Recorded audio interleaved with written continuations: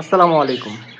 Exactly আপনি যদি পাখি পালতে চান বা পাখি পালার ইচ্ছা থাকে তাহলে আপনাকে এই কিচিরমিচির কিচিরমিচির শব্দগুলো শোনার অবশ্যই ধৈর্য থাকা লাগবে। আমার সকাল নাই, রাত নাই, দুপুর নাই, বিকাল নাই, এদের অত্যাচার আমার মেনে নিতেই হচ্ছে। যেই পরিমাণ সাউন্ড এদের, তো কিছু করার নাই। যেহেতু এটা আমার শখ, শখ থেকে প্রফেশন সব কিছু মিলিয়ে এদের শব্দ আমার শুনতে হয়।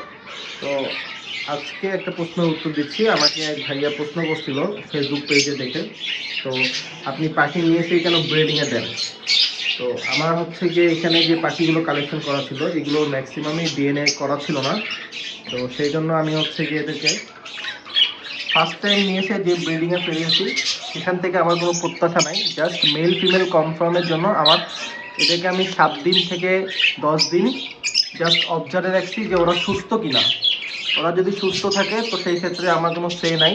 আর মেল ফিমেল কনফার্মের জন্য আমি হচ্ছে গিয়ে এদেরকে জাস্ট ব্রিডিংয়ের সাথে সাথে দিয়ে দিই, যে পরবর্তীতে হচ্ছে গিয়ে প্রথম ব্রিডিংটাই আমি ওদের কাছ থেকে কোনো কিছু আশা করি না। জাস্ট খালি মেল ফিমেল কনফার্মটা হওয়ার জন্য আমি ওদের সুস্থ অ্যাক্টিভিটিস টিপটি যদি দেখি যে সব কিছু ঠিকঠাক আছে, তো তখন আমি ওদেরকে জাস্ট ব্রিডিংয়ে ফেলে দিই, যে মেল ফিমেল কনফার্ম হলে ওরা ডিম দেবে। তো আলহামদুলিল্লাহ আমি যে পেয়ারগুলো কালেকশন করেছিলাম প্রত্যেকটা পেয়ারই ডিম দিয়েছে। তো সেই ক্ষেত্রে আমি হচ্ছে গিয়ে লাকিলি বলতে পারবো যে হচ্ছে গিয়ে আমার প্রত্যেকটা পাখি মেল ফিমেল কনফার্ম।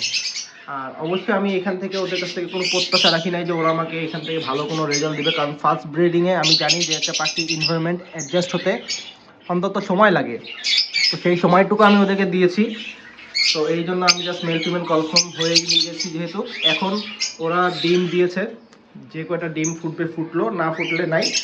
নেক্সট ব্রিডিংয়ে আমি ওদেরকে অবশ্যই ব্রিডিং কোর্স কমপ্লিট করিয়ে তারপরে হচ্ছে গিয়ে যা যা ভিটামিন কোর্স আছে ইসেল খাইয়ে তারপর আমি ওদেরকে ব্রিডিংয়ে দিব। তো এটা হচ্ছে গিয়ে আমার থিওরি। এটা কিনা জানি না আমি যে কতটুকু ভালো বা কতটুকু পাখির জন্য ভালো হবে, বাট আমার কাছে মনে হয় যে হচ্ছে গিয়ে একটা পাখি আমি কিনলাম কিন্তু সেই পাখিটা মেল ফিমেল কনফার্ম, যেহেতু আমি ডিএনএ কার্ড সহ নিই নাই, মেল ফিমেল কনফার্ম না, তো আমি সেটা কিভাবে বুঝবো?